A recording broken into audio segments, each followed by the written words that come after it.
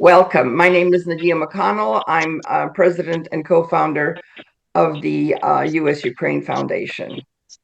Welcome to today's discussion about the ongoing legacy of Chernobyl, how Russian leadership throughout history until even today have no regard for the lives of men, women, and children.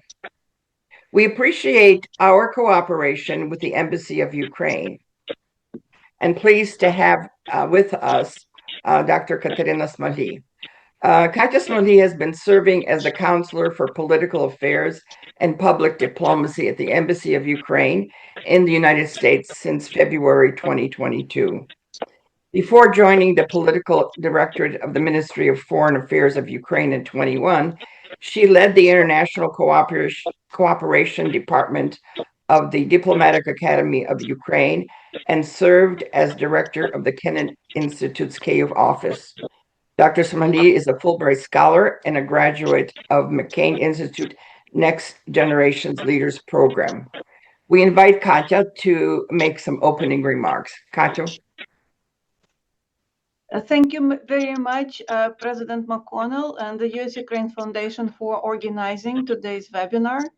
I'm also deeply thankful to all our panelists who found the time in their busy schedule to join us today to remember the 40th anniversary of Chernobyl, the largest man-made accident in the history of humankind, the tragedy and also the lesson that we have no right to forget.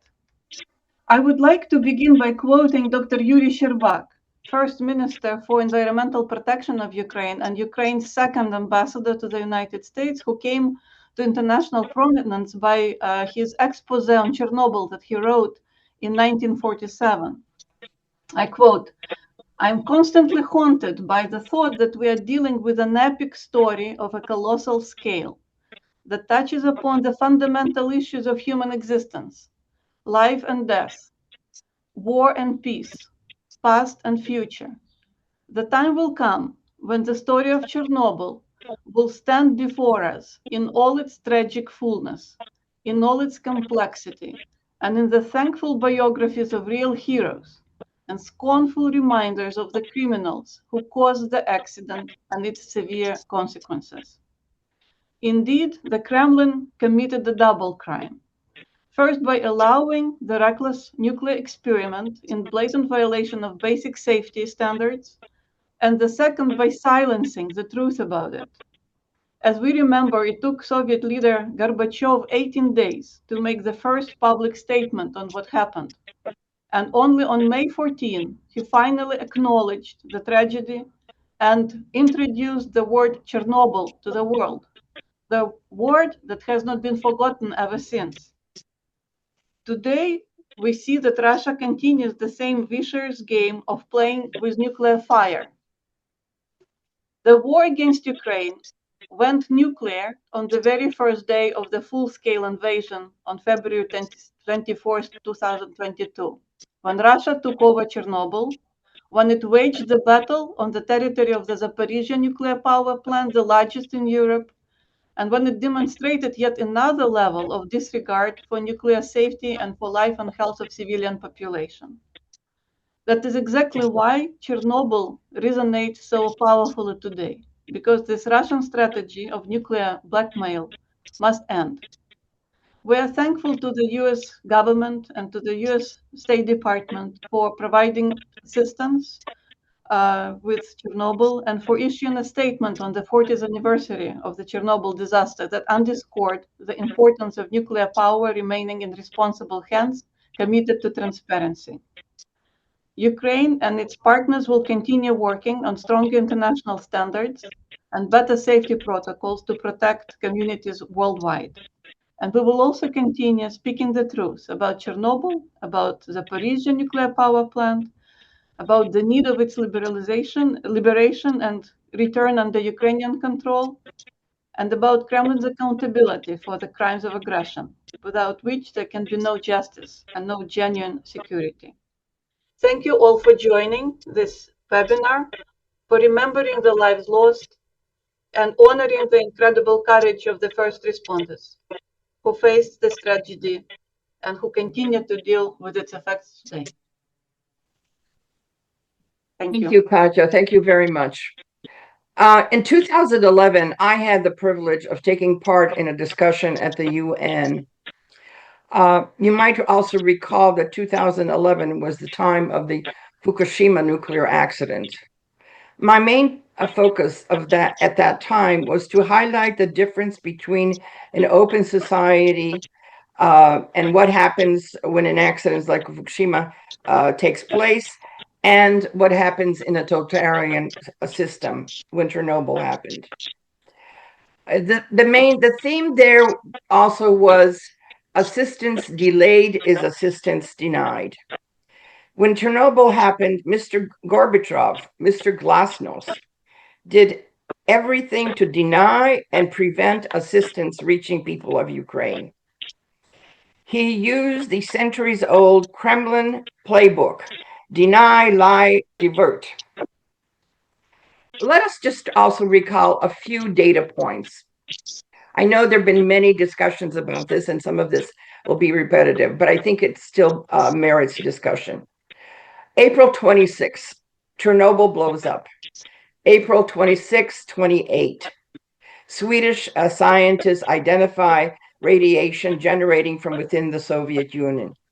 Gorbachev is silent and denies the scale of the catastrophe. May 1st, May Day.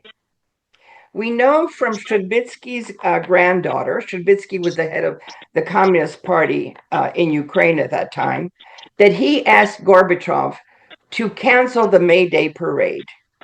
Gorbachev said no. If you do, you might as well place your card on the table. So on May 1, Gorbachev viewed the May Day parade in Moscow, smiling at the parade. Meanwhile, children of Ukraine of all ethnicity paraded down Khreshchatyk, holding flowers and placards, all the while radiation falling on them. Even more diabolical was that they held a bicycle race. Finally, as Katya mentioned, on May 14th, Gorbachev, under immense pressure from the world, from the outside, acknowledges Chernobyl. But even in the speech, and we will place on file a memorandum that was developed at the State Department about a speech, he did not take any responsibility for the cover-up that was taking place. Instead, he used his speech to blast the U.S. And the West for exploiting this accident, to divert attention from Soviet arms control initiatives. How diabolical. One final data point. In this speech, he thanks American doctors for their assistance. Then, as now, we have people who assist the Russian in their duplicity. We were desperate to try and get assistance to Ukraine. The Red Cross was denied coming to Ukraine. And we knew that every week from Chicago, a plane carrying powdered dry milk and medical supplies flew to Poland. In desperation, we turned to Armand Hammer, who was best friends. His father had been head of the Communist Party in the U.S., and they were best friends with a series of leaders of the Kremlin. So we turned to him for assistance. So he sends Dr. Robert Gale to Moscow to assess the situation. It'd be like sending somebody to Cleveland after 9/11 to assess what was happening in New York. Today, we will dive deeper into the Russian weaponization of anything and everything against civilians, men, women, and children. The Soviet legacy lives on. The first discussant is Fedor Alexandrovich. He's a protagonist of a documentary feature, Russian Woodpecker, a winner of the World's Cinema Documentary Grand Jury Prize at the 2015 Sundance Film Festival that investigates the cause of 1986 Chernobyl disaster through the prism of his own family history. He's a prolific Ukrainian artist aiming at capturing and communicating the intensity and depth of human emotions while remaining in a perpetual quest for the ultimate truth. His style has been shaped by his keen interest in Ukrainian and European avant-garde art. He's designed over 40 theater productions in Ukraine and Germany, participated in more than 50 art exhibits in various countries around the world, and he's published several poetry collections in Ukraine. On the 4th of July, 1976, while millions of Americans celebrated the 4th of July, shortwave radio operators experienced the interruption in their transmissions.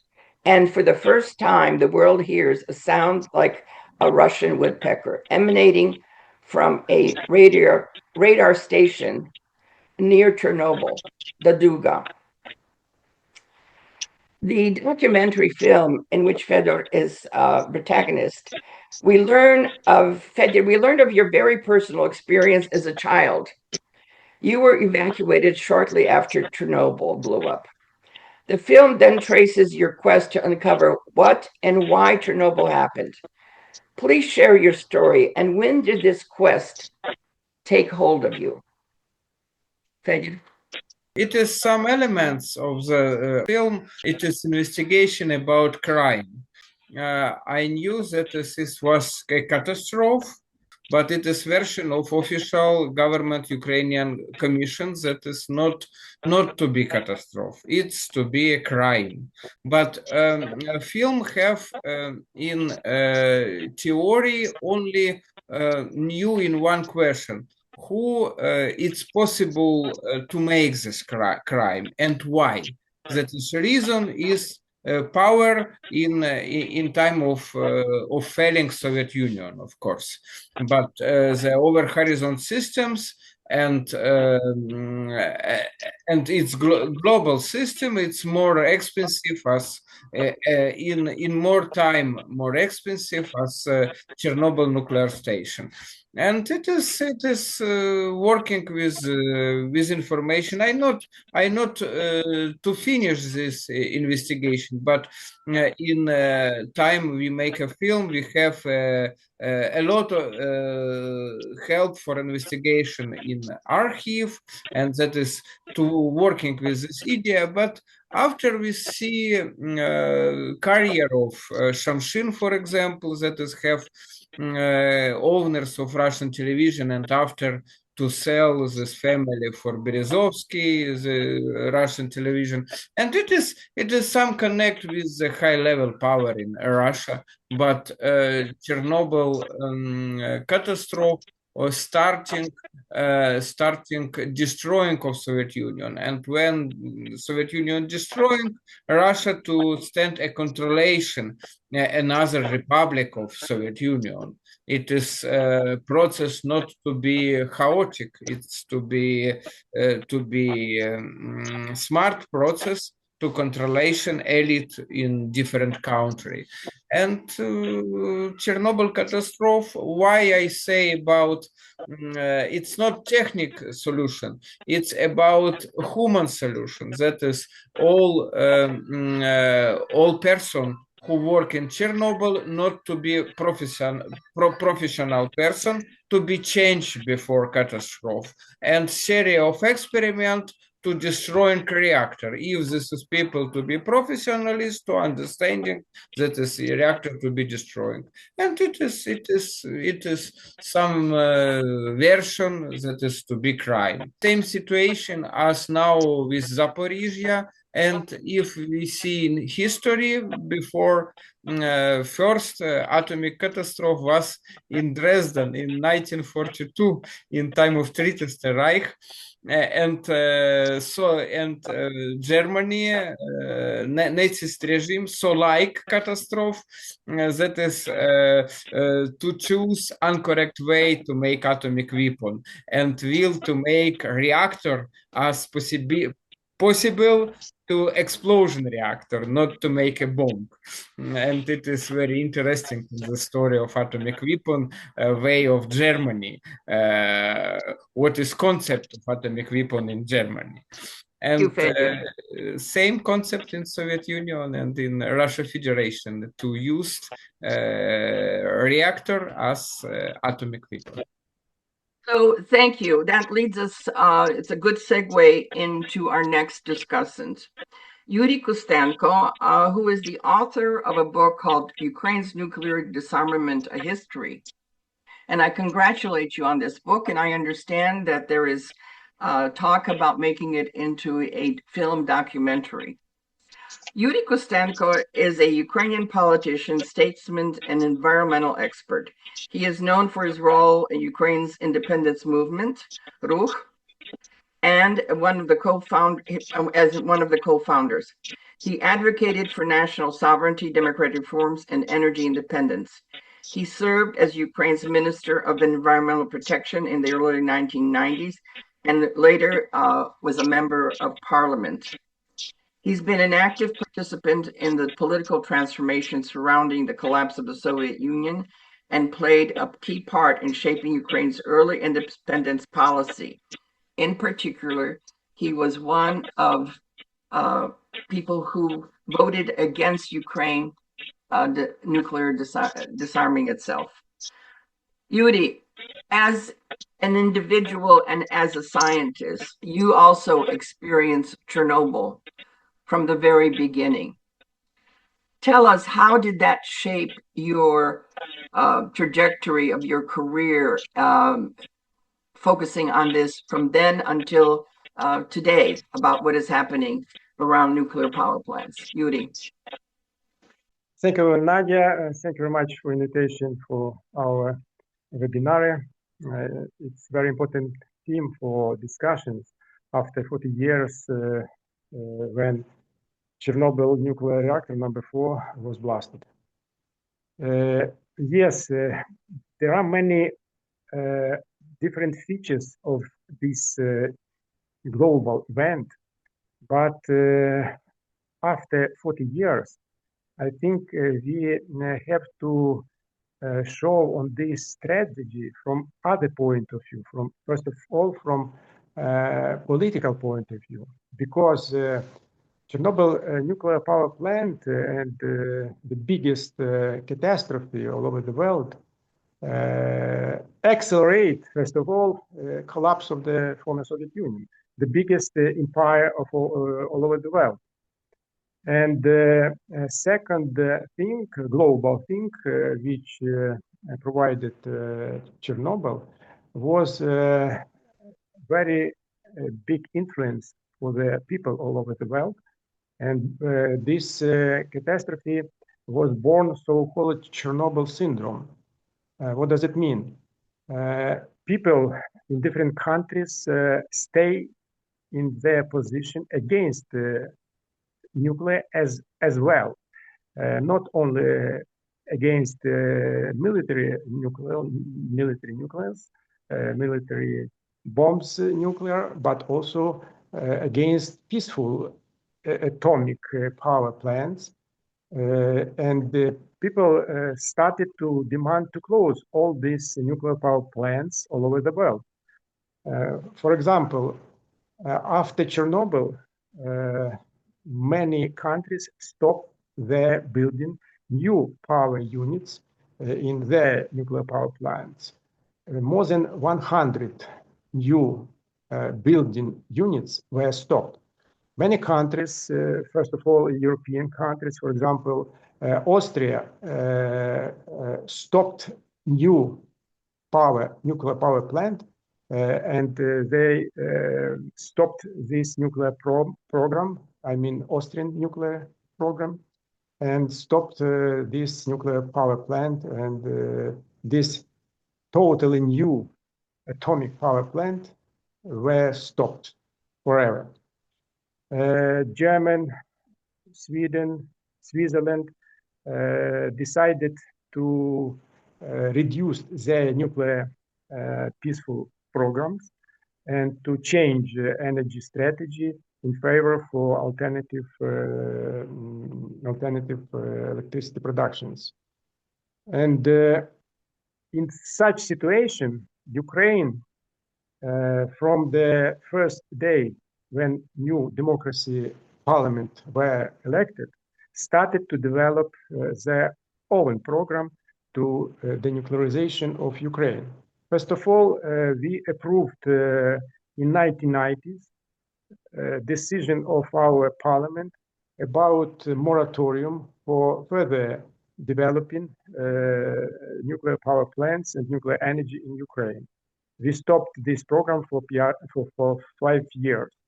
Second, Ukraine decided to eliminate all our nuclear weapons.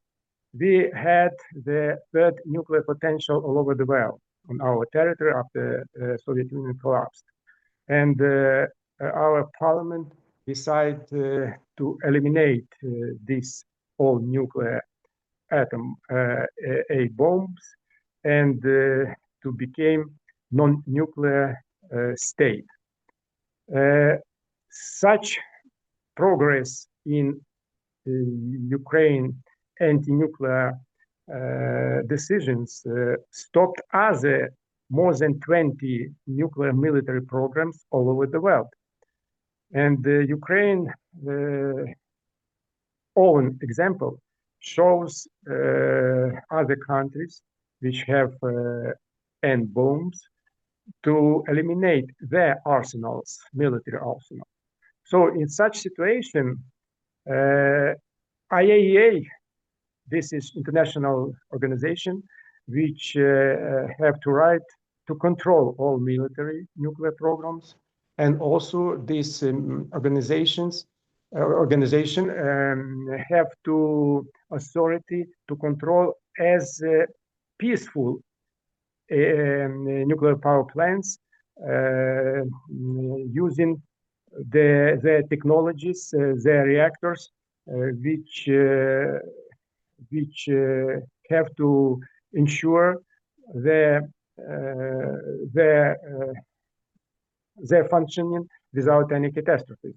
And IAEA, by the way, don't stop to build a reactor like Chernobyl's type reactors in Ukraine, because these reactors mainly used for producing plutonium for military program, not for peaceful energy programs. So IAEA in such situation after Chernobyl catastrophe did not change their policy, not only for their demands for such countries like former Soviet Union to stop this using these very dangerous reactors, and also IAEA in when Russia started his wild-scale military operation against Ukraine, aggression. IAEA did not stop nuclear terrorism, which Russia produced because Russia occupied Ukrainian Chernobyl nuclear power plant, Zaporizhzhia nuclear power plant. Russia used their cruise missiles and their Shaheds to try to bomb our nuclear power plants. For example, new sarcophagus, new shelter on the destroyed reactor number 4 non-Chernobyl nuclear power plant was bombed in last year and damaged this shelter. So this problem in after 40 years of Chernobyl catastrophe have to be analyzed. First of all, IAEA organization have to do it, and I think IAEA have to design new nuclear strategy. I mean, strategy with stopped nuclear terrorism all over the world, strategy when all kind of using not only end bomb but using conventional armament for bombing NPP will be like war criminals in international laws and many other things. So my conclusion, it's pity that after 40 years after Chernobyl catastrophe, not politicians, no IAEA, not analyzed all these aspects of existing world and to try to prevent our very quick moving, I mean civilization, very quick moving to the nuclear apocalypses or third world, nuclear world, which destroy all our very beautiful world. Thank you. Well, thank you, Yuri. Next, we're going to turn to Mariana Bujarin, who I'm grateful is taking time out of participating at another conference to join us today. Mariana is a senior researcher with the Center for Nuclear Security Policy at MIT Security Studies Program. She is the author of the book called Inheriting the Bomb, The Collapse of the USSR and the Nuclear Disarmament of Ukraine. She is the first woman to win she won the 2024 William E. Colby Military Writings Award as the first female in the award's 25-year history. Congratulations. Mariana has contributed research on the international nonproliferation regime, arms control, nuclear crisis, and post-Soviet nuclear history. Her current research projects focus on nuclear safety and security risks to civilian nuclear reactors and armed conflict. There's more to her resume, but to get to our discussion, Mariana, what was it that really first challenged you to focus your work in this direction? What was it about Chernobyl that brought this motivation to make this your life's work? Mariana? Thank you so much, Nadia, and thank you to the organizers for putting this important panel together. My work does not have to do directly with Chernobyl. I started my research on the politics of Ukraine's nuclear disarmament, but as Yuri has pointed out, the moment I started researching this topic, I understood just how much of an impact the Chernobyl accident has had on all sorts of political and societal developments in Ukraine. This general anti-nuclear mood that ensued after the Chernobyl catastrophe became not only contributed to the collapse of the Soviet Union and the rise of Ukraine as an independent state, it also shaped Ukraine's nuclear policy when it found itself in possession of the nuclear arsenal left on its territory from the collapsed Soviet Union. It was this general anti-nuclear sentiment that many people shared at the time. And so, to remind everyone, Ukraine began its path along the towards independent statehood with the declaration of sovereignty in 1990. Before any negotiations began with the United States or Russia about the fate of Ukraine's nuclear arsenal, with a unilateral renunciation of the weapons that the Soviet weapons, as it was seen then, that were left on its that were deployed on its territory, right? And that commitment, in a way, framed the discussions later on when Ukraine was deliberating these choices in earnest. That, as we know, that negotiation resulted in a nuclear deal, including the Budapest Memorandum on Security Assurances. That was a rather imperfect document that left Ukraine rather unprotected from security threats from the outside. But also part of the reasoning was certainly the reasoning was more complex than just the effects of Chernobyl and the anti-nuclear feeling.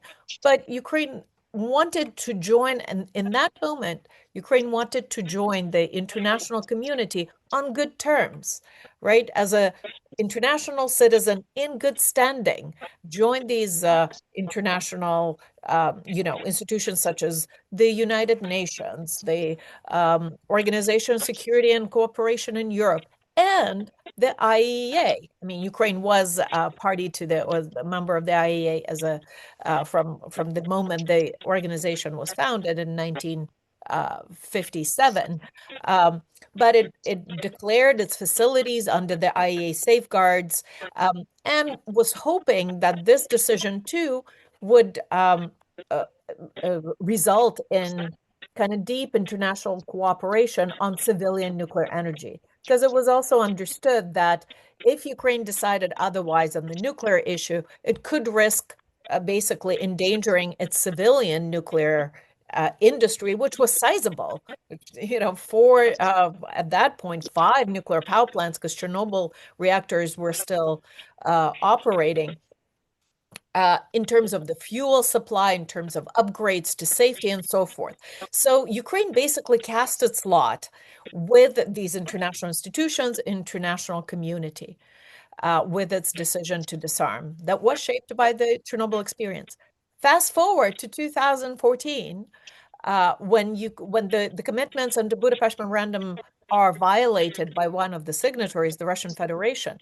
It was actually the first nuclear facility to be occupied by Russia was not Chernobyl in 22 or Zaporizhzhia Nuclear Power Plant in 2022, but the Sevastopol research reactor in Crimea.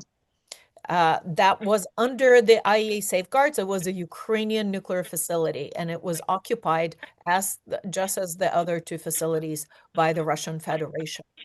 In 2022, in February 24th, it was a bitter historical irony that it was Chernobyl and the exclusion zone that were one of the first places to be occupied by the advancing Russian troops.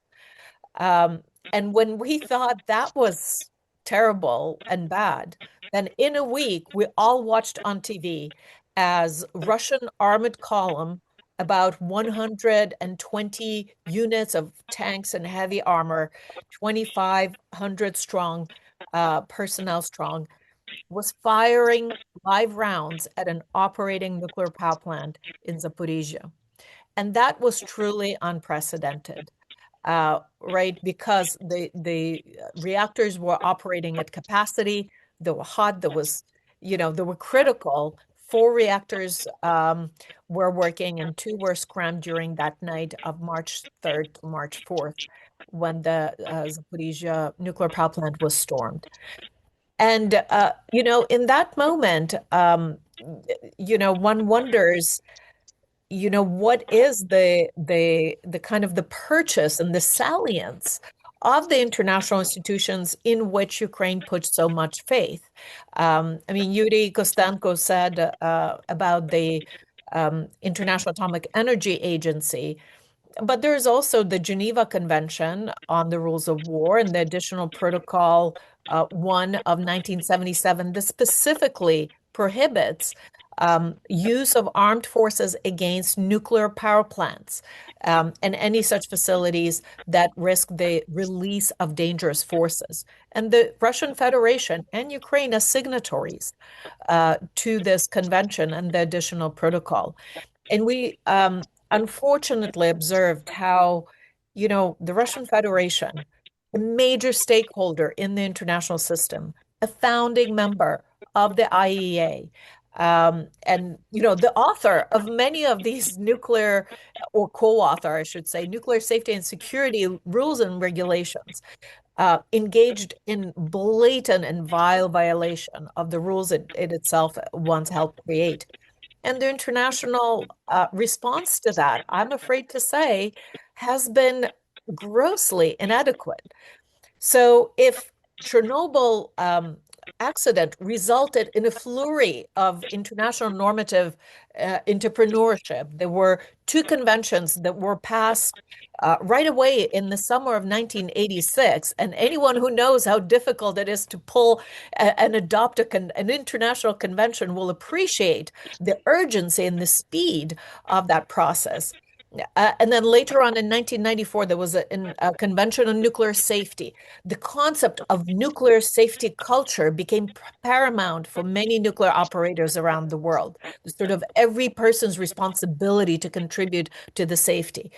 Fast forward to 2022, we have not seen the requisite reaction to the breaches of international rules and norms and nuclear security at the Zaporizhzhia Nuclear Power Plant. And that is really something I'm deeply, deeply concerned about. And especially, as we review the grave consequences of the Chernobyl nuclear power plant the accident 40 years on.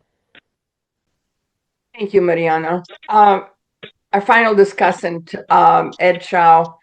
Uh, Ed Chow is an international energy expert with 45 years of industry experience. He's worked all over the world: Asia, Middle East, Africa, South America, Europe, Russia, the Caspian, and Black Sea regions. He's developed governmental policy and business strategy while advising governments, international financial institutions, energy companies, and multinational companies. He's negotiated successful multi-million-dollar business ventures and specializes in oil and gas investment in emerging markets. He spent 20 years with Chevron Corporation, the U.S., and overseas. He was a country manager in China. He was a senior fellow for the Strategic International Studies and a visiting scholar at Carnegie. I'm also proud to say that he serves on the Foundation's Leadership Council and is also a deputy chair of our Friends of Ukraine network, Reimagining Reconstruction and Recovery in Ukraine. Ed Chow always brings clarity to questions with his experience, breaking through what I would say the myths that sometimes surround these questions and issues. Ed, I'm very conscious of the fact that you have to leave precisely at 1 o'clock. So I'm going to ask you to fully discuss how you see the legacy of Chernobyl and what's happening and how it's playing out in today's overall energy policies of the Kremlin, and also the whole role of the myth of sanctions. I guess there's a recent article about the chaos of sanctions. So Ed, make it clear for us. Thank you very much, Nadia, for the overly generous introduction, except for the fact that it's billion-dollar deals, not million-dollar deals. As you know, my involvement with Ukraine on and off over the years did not start until 2001. So it was really interesting to hear the conversation by our distinguished panelists earlier about what happened at Chernobyl and the aftermath. Being an energy person, it's hard to miss the parallels between what happened then 40 years ago and today. For one thing, Moscow's utter disregard for the welfare of civilians, not only in Ukraine, but also you think about the broader implications today on the region and globally.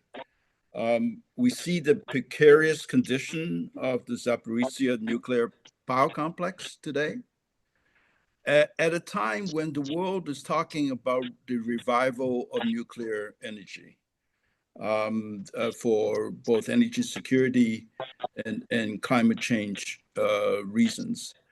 And it's hard to understand the lack of attention Zaporizhzhia is getting today in the international arena when we are talking about reviving nuclear power at the same time, including in the United States. The other thing that I think about is that among the many atrocities Russia has committed in Ukraine, we see the focus attacks on civilian energy infrastructure, including targeting specifically repair crews as they try to repair some of the damage that was done. There's no military purpose other than to terrorize civilians and non-combatants, which is, of course, technically a war crime. By contrast, Ukraine is attacking Russia's oil infrastructure that's directly connected to Russia's warfighting capability, which of course then they become legitimate military targets. Because of the limit in time, and because I think some of your audience may be interested in what the current situation in the Persian Gulf is having on the overall energy situation, I have to say that unfortunately, Russia is the main direct beneficiary of what's happened in the war in the Middle East and the closing of the Strait of Hormuz. At the beginning of this year, oil prices were around $60 a barrel. Today, I think the last time I looked before the webinar started, it was $109. So even if you think that prices are going to stabilize, say, around $90, which is on the low end of the range that we've seen since February 28th, that's still a 50% increase in oil prices. And that mainly benefits Russia and Russia's oil income and therefore its ability to wage war. The other issue that you flagged is the inconsistent and weak enforcement of Western oil sanctions against Russia, which has been true from the beginning because of the concern over global oil prices. But it's most recently and unfortunately illustrated by our Treasury Department's reversal of the ending of the pause on U.S. sanctions on Russian oil. And of course, that helps Russia. But it also signals to buyers of Russian oil, such as India and China, that the United States is really not serious about enforcing sanctions against Russian oil because it has shifted its priority target to Iran. Meanwhile, today, Iran's foreign minister is in Moscow, which I'm afraid to say does not bode well for a quick ending of the war in the Persian Gulf or in Ukraine. With that, I'll close and respond to any questions you might have, Nadia, before I have to take off. Well, I think with everything, all the issues that is being confronted by Ukraine and the world, do you see any path to getting an appropriate focus for resolution for some of these issues? And what can be done to educate and to prompt action that will result in concrete, positive results regarding, well, not just Ukraine, but really the situation in Iran? I think, first of all, there's a lack in understanding seemingly among our policymakers and our public on the stakes that are involved in Ukraine, which we've only just touched upon on energy, but also in terms of the geopolitics of Europe, security of Europe, and what a stalemate or victory by Russia would mean for the global security system. If we understood the stakes, then we would assign a priority on the actions that must be taken in order to stop this war. And I have been a proponent from the beginning that economic sanctions alone will never do the job, that Russia needs to be stopped first on the battlefield. And economic sanctions can assist in that, but by itself would never achieve the policy objectives that we've stated in the prior administration or this administration. And so we must become more serious because the stakes are so overwhelmingly important and serious. If we fail to protect Ukraine in the current situation, and I just don't think that our policymakers up to now has grasped the importance, the how essential this issue is to solve. The war's been going on for 4 years, or longer than 4 years now, or the all-out war. The war actually, as all of you know, started in 2014. So it's been a dozen years since Russia's invasion of Ukraine, and we've pushed it off as if it was a sideshow, when it is the main theater that the West needs to be focused on. And I think, given that our politics are such that more public awareness, I think Europeans are increasingly, partly unfortunately because of the diminishing American role, the European governments at least seem to understand the stakes involved. But until the American public is mobilized, I'm concerned that our politics in the next couple of years won't lead us to do what is necessary. Thank you, Ed. I think we need to have more of these discussions beyond critical dates like the 40th anniversary of Chernobyl. We have a lot of attention paid to the military situation, but maybe not as much as needed to what the whole energy question means for world security. So we'll be calling you, Ed, again to join us for future discussions. Thank you very much. Thank you. We're going to take a little bit more time than we initially stated, go into things a little bit more in depth and highlight some of the things that we need to remind the world.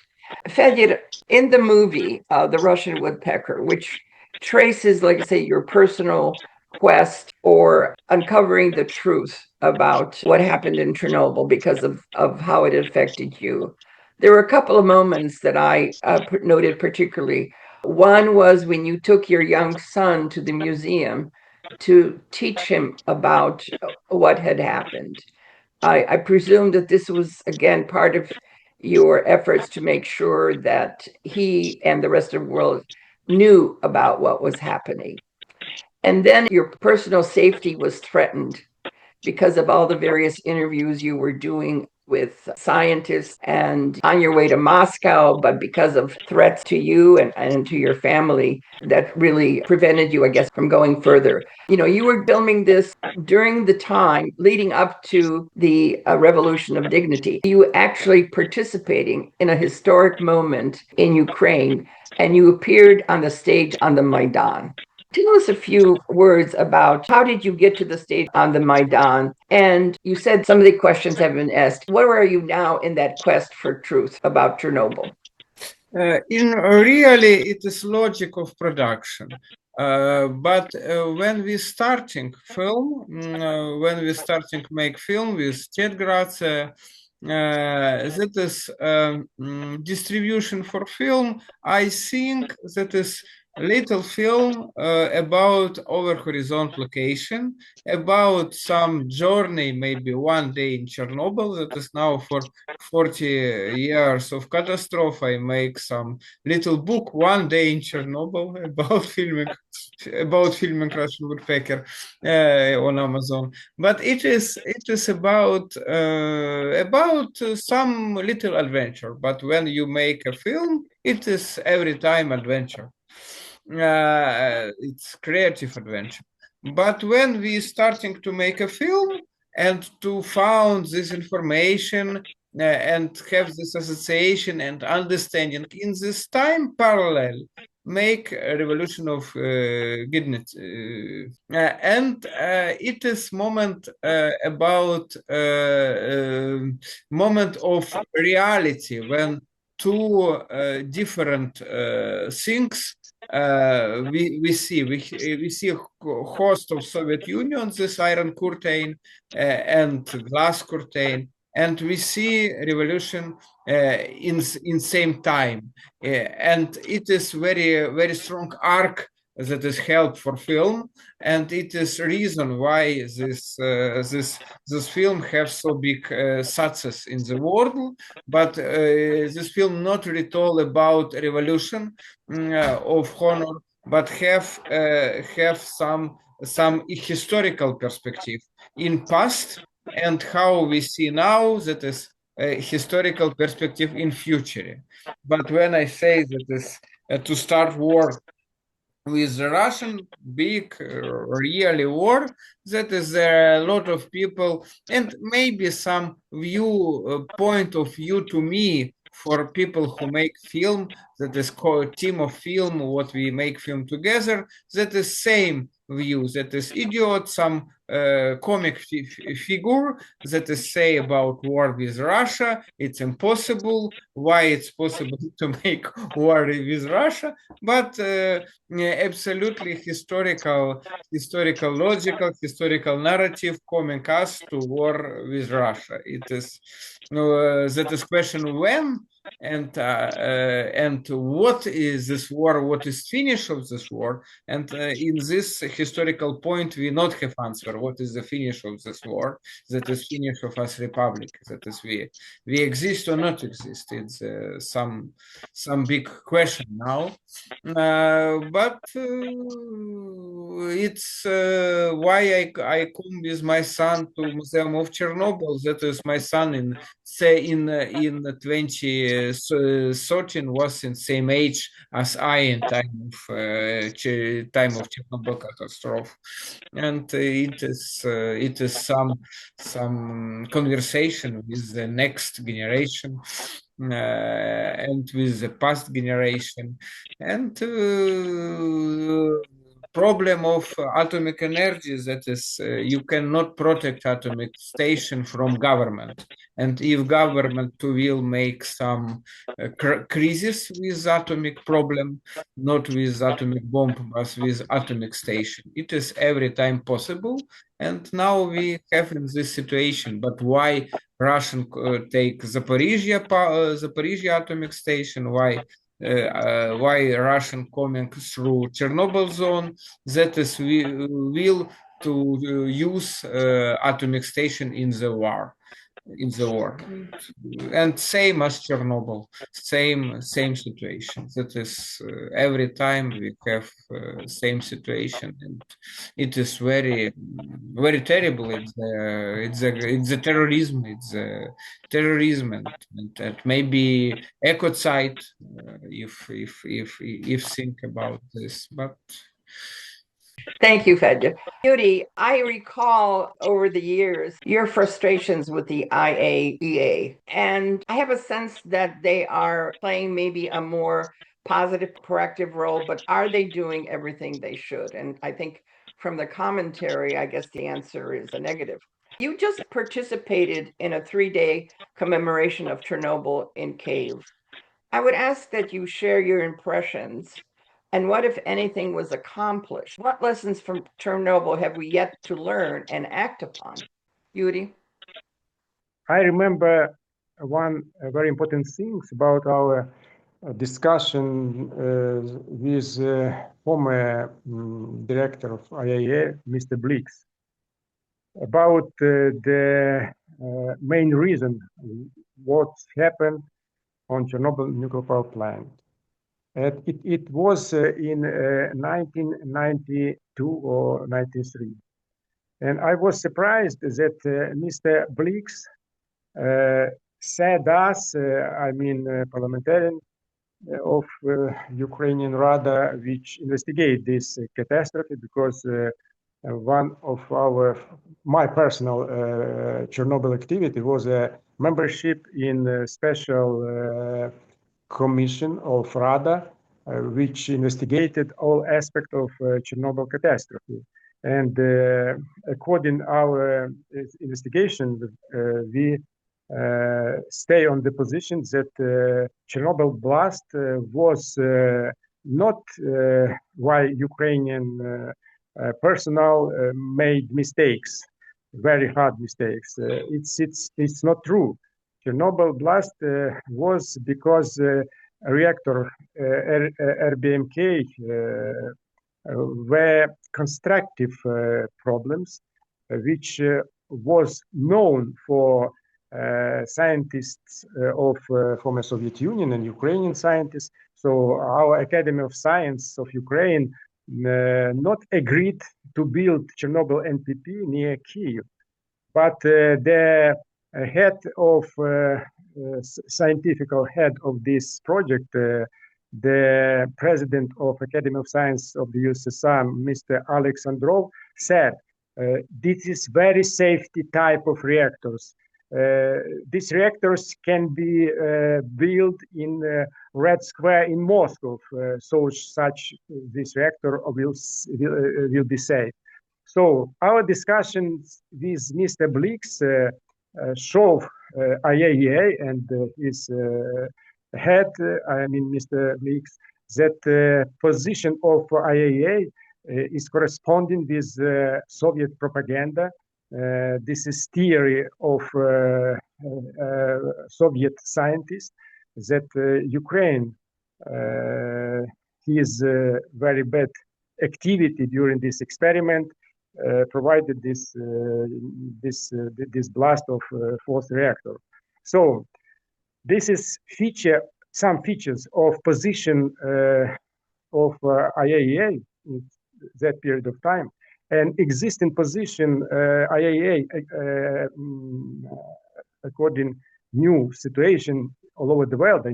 Wild-scale military actions, Russia and aggression Russia in Ukraine, show us that IAEA demand radical reforms as an international institution, which are responsible not only for non-proliferation regime, but also this is responsible for safety using nuclear energy and nuclear standards.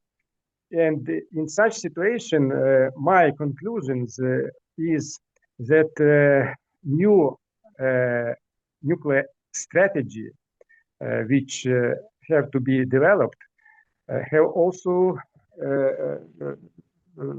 to make proposals for reconstruction IAEA and their functions and their activity.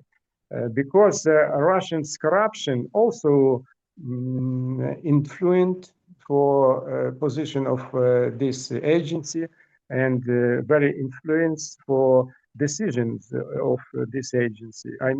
There is no any proposal from this institution to make a radical sanction against Rosatom. This is a nuclear corporation which now involved into build more than 38 new nuclear reactors.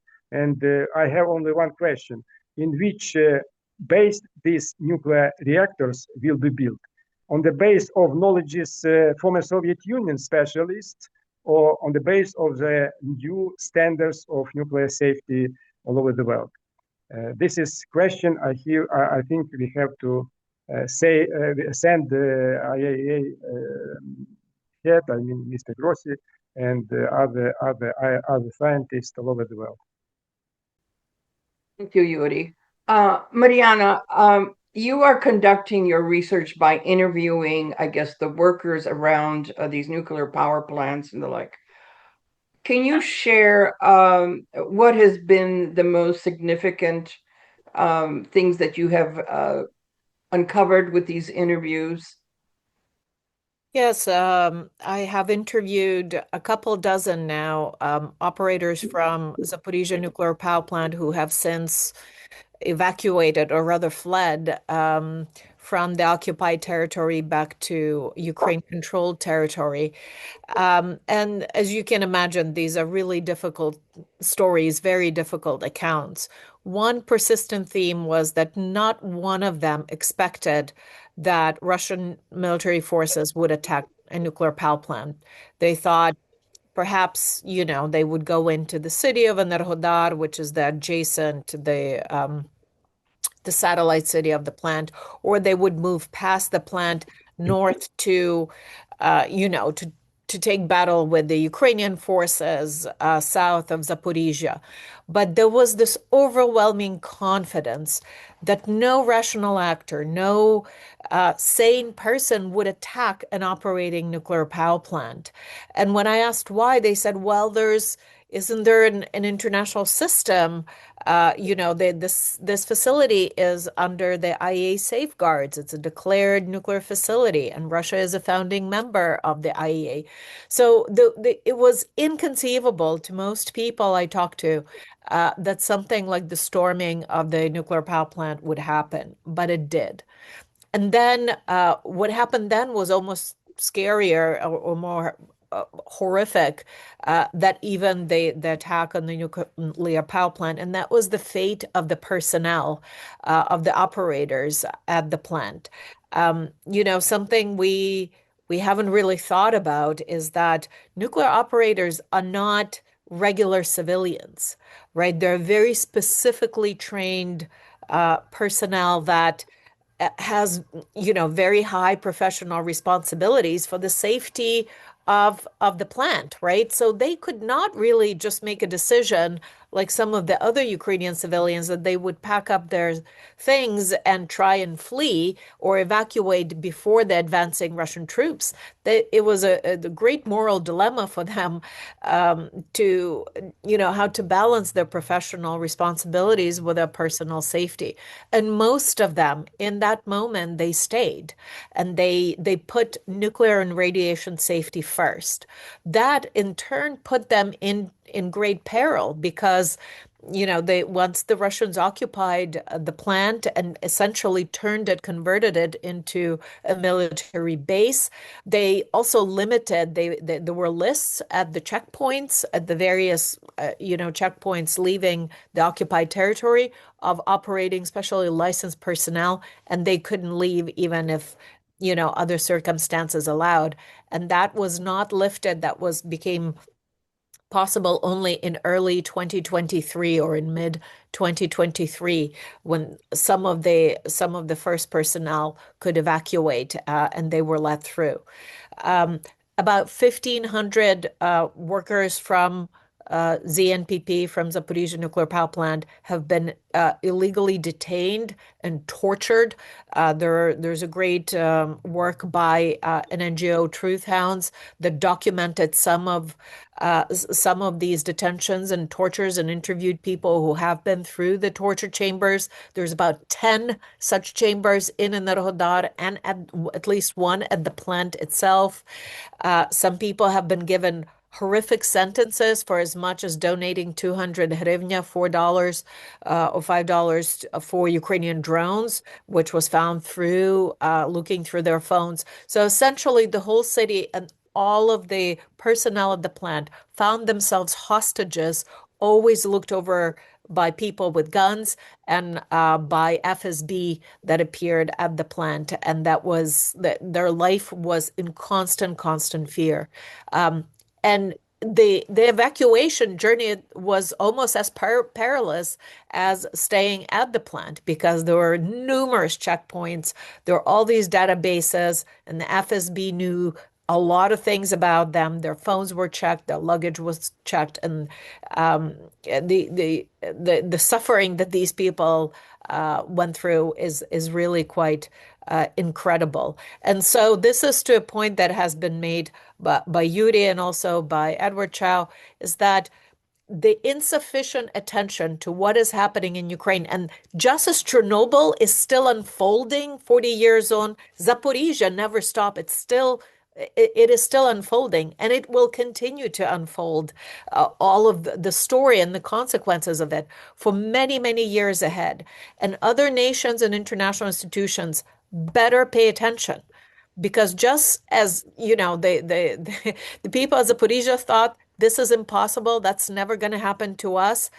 One of the lessons is these things do happen, and countries better pay attention, and they better be prepared for these kinds of situations and exigencies, and find ways, first and foremost, to protect their people and to protect their staff, but also strengthen restraint and prohibition against attacks on nuclear facilities in a way that would prevent these kinds of things happening in the future. Thank you, Mariana. I think this discussion proves that these topics deserve more than an hour discussion. And I think I'm going to suggest that we perhaps organize a series of discussions on some critical points. For instance, we did not talk about the role that certain organizations play and have played in parroting or defending the Soviet approach or the Russian approach to many of these issues. In the early 80s, I worked at FEMA, and one of our programs was civil defense. And that's when I first encountered Physicians for Social Responsibility, which were promoting anti-nuclear policies. And what Yuri was bringing up about, how Chernobyl stopped development of nuclear facilities, but it actually began way before even Chernobyl. And perhaps we need to explore this. Gorbachev used the Physicians for Social Responsibility to divert attention to the real cause of the great human suffering, his cover up, and trying to make it about nuclear safety, which we know. The accident was one thing, but the cover up is what really, really endangered people, not only in Ukraine, but in other parts of the world. So I will be looking to each of you to perhaps suggest a format for some additional discussion so that we can delve deeper and create greater understanding on these issues, because as everybody has said, the world is not paying attention, and it needs to. So I thank you all for staying with us. Thank you for your participation, and I look forward to us having some future sessions on these very critical and important issues.